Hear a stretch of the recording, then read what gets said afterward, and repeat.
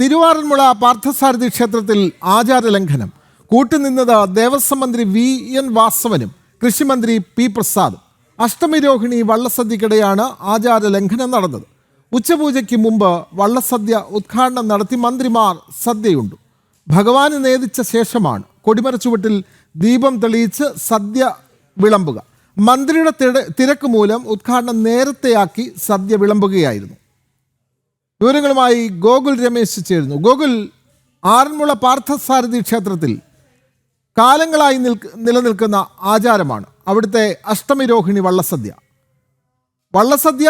അവിടെ ബുക്ക് ചെയ്തവർക്ക് മാത്രമെങ്കിൽ ഈ അഷ്ടമിരോഹിണി വള്ളസദ്യ എല്ലാ ജനങ്ങൾക്കും പങ്കെടുക്കാൻ കഴിയുന്ന വളരെ വിപുലമായ വഴിപാടും ആചാരവുമാണ്. അവിടെ ഭഗവാന് നേദിച്ച ശേഷമാണ് ഈ വള്ളസദ്യ ആരംഭിക്കുക, അഷ്ടമിരോഹിണി വള്ളസദ്യ ആരംഭിക്കുക. പക്ഷേ ദേവസ്വം മന്ത്രിക്ക് തിരക്കുള്ളതിനാൽ നേരത്തെ വിളക്ക് കത്തിച്ച് സദ്യ വിളമ്പി മന്ത്രിമാർ അങ്ങ് സദ്യ ഉണ്ട് പൊക്കളഞ്ഞു.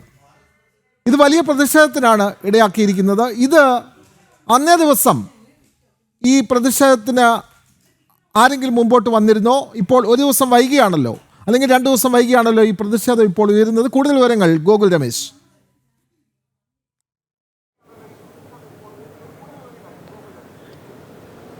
വിനോദ സൂചിപ്പിച്ചതുപോലെ തന്നെ ആറന്മുള ക്ഷേത്രത്തിലെ ഏറ്റവും പ്രധാനപ്പെട്ട വഴിപാടുകൾ, ഏറ്റവും പ്രധാനപ്പെട്ട ചടങ്ങുകളിലൊന്നാണ് ആറന്മുളയിലെ അഷ്ടമിരോഹിണി വള്ളസദ്യ എന്ന് പറയുന്നത്. ഭക്തർ അത്രത്തോളം പ്രാധാന്യം നൽകുന്ന ഒരു ചടങ്ങ് കൂടിയിട്ടാണ്. ഈ ചടങ്ങിലാണ് വലിയ രീതിയിലുള്ള ഭംഗം വരുത്തിയിരിക്കുന്നത്. ആ ഭംഗത്തിന് അല്ലെങ്കിൽ ആ ആചാര ലംഘനത്തിന് കൂട്ടുനിന്നത് ദേവസ്വം മന്ത്രി തന്നെയാണ് എന്നുള്ളതാണ് ഏറെ ദൗർഭാഗ്യകരമായിട്ടുള്ളത്. അതായത് സാധാരണഗതിയിൽ ഈ അഷ്ടമിരോഹിണി ദിവസം ഭഗവാന്റെ ജന്മദിനമാണ് അഷ്ടമിരോഹിണി വള്ളസദ്യ എന്ന് പറയുന്നത് ഭഗവാന്റെ പിറന്നാൾ സദ്യയാണ്. ആ സദ്യ ഭക്തർക്ക് എല്ലാവർക്കും കഴിക്കാവുന്നതാണ്, അന്ന് ക്ഷേത്രത്തിലെത്തി കഴിക്കാവുന്നതാണ്. 52 കരയിലുള്ള പള്ളിയോടക്കാരും അന്നത്തെ ദിവസം ക്ഷേത്രത്തിലെത്തി വള്ളസദ്യയുടെ ഭാഗമാകുന്നതാണ്. പക്ഷേ ഈ അല്ലെങ്കിൽ ഈ പള്ളിയോടക്കാരും അതോടൊപ്പം തന്നെ ഈ ക്ഷേത്രത്തിലെത്തുന്ന മുഴുവൻ ഭക്തരും സദ്യ കഴിക്കുന്നത് ഭഗവാന് നേദിച്ചതിന് ശേഷം മാത്രമാണ്. അതായത് ക്ഷേത്രത്തിൽ ഉച്ചപൂജ ചടങ്ങുകൾ പൂർത്തിയായതിനു ശേഷം മാത്രമാണ് ഈ വള്ളസദ്യ വിളമ്പാറുള്ളത്. അതായത് ഏകദേശം ഒരു 11:30 മണിയോടുകൂടി ആണ് ഈ ഉച്ചപൂജ ക്രമീകരിച്ചിരിക്കുന്നത്. ആ സമയത്ത് അതിനുശേഷമാണ് ദീപം കൊളുത്തി ഉദ്ഘാടനം ചെയ്യുകയും കൊടിമര ചുവട്ടിൽ പ്രത്യേകം തയ്യാറാക്കിയിട്ടുള്ള ഭാഗത്ത്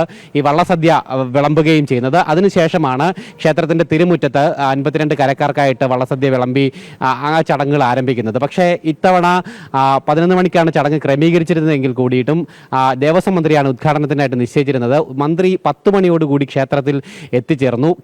മറ്റ് ചടങ്ങുകൾ ഉണ്ടായിരുന്നു, അല്ലെങ്കിൽ മന്ത്രിക്ക് മറ്റ് ചില പരിപാടികൾ കൂടി പങ്കെടുക്കേണ്ടതുണ്ട് എന്ന് പറഞ്ഞുകൊണ്ട്, തിരക്കാണ് എന്ന് പറഞ്ഞുകൊണ്ട് ചടങ്ങ് നേരത്തെയാക്കാൻ ആവശ്യപ്പെടുകയായിരുന്നു. ഏകദേശം അത് 10:30 മണിയോടുകൂടി തന്നെ ദേവസ്വം മന്ത്രി പുറത്തേക്കിറങ്ങി, ദേവസ്വം കമ്മിറ്റി ഓഫീസിൽ നിന്നും പുറത്തേക്കിറങ്ങി ക്ഷേത്രത്തിന് മുന്നിലെത്തി ദീപം കൊളുത്തി ഈ ചടങ്ങ് ഔദ്യോഗികമായിട്ട് ഉദ്ഘാടനം ചെയ്യുകയായിരുന്നു. അതിനുശേഷം പെട്ടെന്ന് തന്നെ ആ ദീപത്തിന് സമീപം ക്രമീകരിച്ചിരിക്കുന്ന ഭാഗത്ത് സദ്യ വിളമ്പുകയും അതിനുശേഷം മറ്റ് കരക്കാർക്കായിട്ട് ക്ഷേത്ര തിരുമുറ്റത്ത് സദ്യ വിളമ്പൽ ആരംഭിക്കുകയും ഒക്കെ തന്നെ ചെയ്യുകയും ചെയ്തു. പക്ഷേ ഈ സമയത്തൊന്നും തന്നെ ക്ഷേത്രത്തിനുള്ളിൽ ഉച്ചപൂജ ആരംഭിച്ചിട്ടുണ്ടായിരുന്നില്ല എന്നുള്ളതാണ് ഇപ്പോൾ പുറത്തു വന്നിരിക്കുന്ന വിവരം. എന്തായാലും ഏറെ ദൗർഭാഗ്യകരമായിട്ടുള്ളൊരു സംഭവം തന്നെയാണ്. തീർത്തും ആചാര ലംഘനപരമായിട്ടുള്ളൊരു സംഭവം തന്നെയാണ് ആറന്മുളയിൽ അന്ന് നടന്നിരിക്കുന്നത്. അതായത് ഭഗവാൻ സദ്യ കഴിക്കുന്നതിന് മുൻപ്, പിറന്നാൾ സദ്യ ഉണ്ണുന്നതിന് മുൻപ് ഈ ക്ഷേത്രത്തിലെത്തിയിട്ടുള്ള മന്ത്രിമാരും അതോടൊപ്പം തന്നെ മറ്റ് ആൾക്കാരും സദ്യ കഴിക്കേണ്ടി വന്നു എന്നുള്ളതാണ്. അതിന് കാരണമായിട്ടുള്ളത് മന്ത്രി വി.എൻ. വാസവൻ തന്നെയാണ്. അദ്ദേഹത്തിൻ്റെ നടപടിയും തീരുമാനവും തന്നെയാണ് അതിന് കാരണമായിട്ട് മാറിയത്. അദ്ദേഹത്തിൻ്റെ തിരക്കാണ്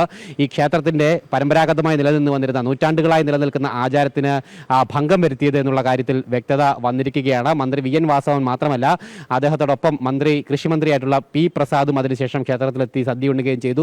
അതായത് ഈ ദീപം തെളിയിച്ചതിന് ശേഷം ഈ ഉച്ചപൂജയ്ക്ക് മുമ്പ് മന്ത്രി തൊട്ട് സമീപത്തുള്ള ഓഡിറ്റോറിയത്തിലെത്തി മന്ത്രിയും വള്ളസദ്യ കഴിക്കുകയുണ്ടായി.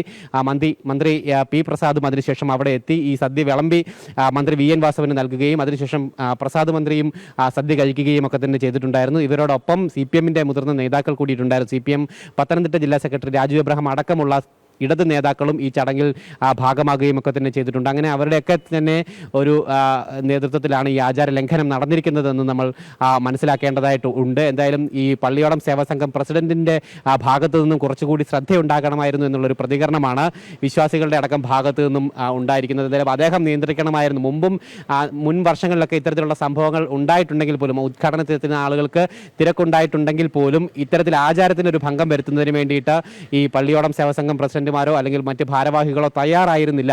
തന്ത്രിമാരടക്കമുള്ള ആളുകൾ ആ കാര്യത്തിൽ കൃത്യമായിട്ട് ഇടപെടൽ നടത്തിയിരുന്നു എന്നുള്ള കാര്യവും നമുക്ക് അന്വേഷിച്ചപ്പോൾ മനസ്സിലായിട്ടുണ്ട്. എന്തായാലും ഈ വർഷം അതിലൊരു ഭംഗം വന്നിരിക്കുന്നു. തീർത്തും ആചാരപരമായിട്ടുള്ള ഒരു ലംഘനം തന്നെയാണ് അവിടെ സംഭവിച്ചിരിക്കുന്നത് എന്നുള്ള കാര്യത്തിൽ വ്യക്തത വരികയും ചെയ്തിട്ടുണ്ട്. ഇടത് മന്ത്രിമാരുടെ ഭാഗത്തു നിന്ന് തന്നെ അത്തരം നടപടികൾ ഉണ്ടായിരിക്കുന്നു. പ്രത്യേകിച്ച് ദേവസ്വം മന്ത്രി വി എൻ വാസവന്റെ ഭാഗത്തു നിന്നും മുമ്പും സമാനമായി ഹൈന്ദവ ആചാരങ്ങളെയും വിശ്വാസങ്ങളെയും ഹനിക്കുന്ന രീതിയിലും അതിനെ ബഹുമാനിക്കാതിരിക്കുന്ന രീതിയിലുമുള്ള സംഭവങ്ങൾ ഉണ്ടായിരുന്നതാണ്. അതിന്റെ തുടർച്ച എന്നോണം തന്നെയാണ് ആറന്മുള ക്ഷേത്രത്തിലും ഇപ്പോൾ ഏറ്റവും ഒടുവിലായിട്ട് ഈ സംഭവം സൂചിപ്പിക്കുന്നത്. എന്തായാലും മുമ്പ് ശബരിമല ശ്രീകോവിലിന് മുൻപിൽ പ്രാർത്ഥിക്കാതെ നിൽക്കുന്ന അല്ലെങ്കിൽ തൊട്ട് മുൻപിൽ വെറുതെ കൈകെട്ടി നോക്കി നിൽക്കുന്ന രീതിയിലുള്ള ചിത്രങ്ങൾ മന്ത്രി വി എൻ വാസവന്റെ പുറത്തു വന്നിരുന്നു. അന്നത് വലിയ വിവാദങ്ങളൊക്കെ തന്നെ ഉണ്ടാകുകയും ചെയ്തിട്ടുണ്ടായിരുന്നു. ബഹുമാനമില്ലെങ്കിൽ അല്ലെങ്കിൽ വിശ്വാസമില്ലെങ്കിൽ എന്തിനാണ് അവിടെ പോയി നിൽക്കുന്നത് എന്ന തരത്തിലുള്ള പ്രതികരണങ്ങളൊക്കെ വിശ്വാസികളുടെ ഭാഗത്ത് നിന്ന് മന്ത്രിക്കെതിരായിട്ട് വിമർശന രൂപേണ ഉയർന്നു വരികയും ഒക്കെ തന്നെ ചെയ്തിട്ടുണ്ടായിരുന്നു. എന്തായാലും അദ്ദേഹം ആ നിലപാട് തന്നെ നടപടി തന്നെ തുടരുകയാണ് എന്നാണ് ആറന്മുളയിലെ സംഭവം കൂടി വ്യക്തമാക്കുന്നത്. എന്തായാലും ഈ ക്ഷേത്രത്തിലെ ആചാരങ്ങളും ചടങ്ങുകളും അതിനെപ്പറ്റി ബോധവാനല്ലാഞ്ഞിട്ടാണോ അദ്ദേഹത്തിൻ്റെ ഭാഗത്തു നിന്ന് ഇത്തരത്തിലുള്ള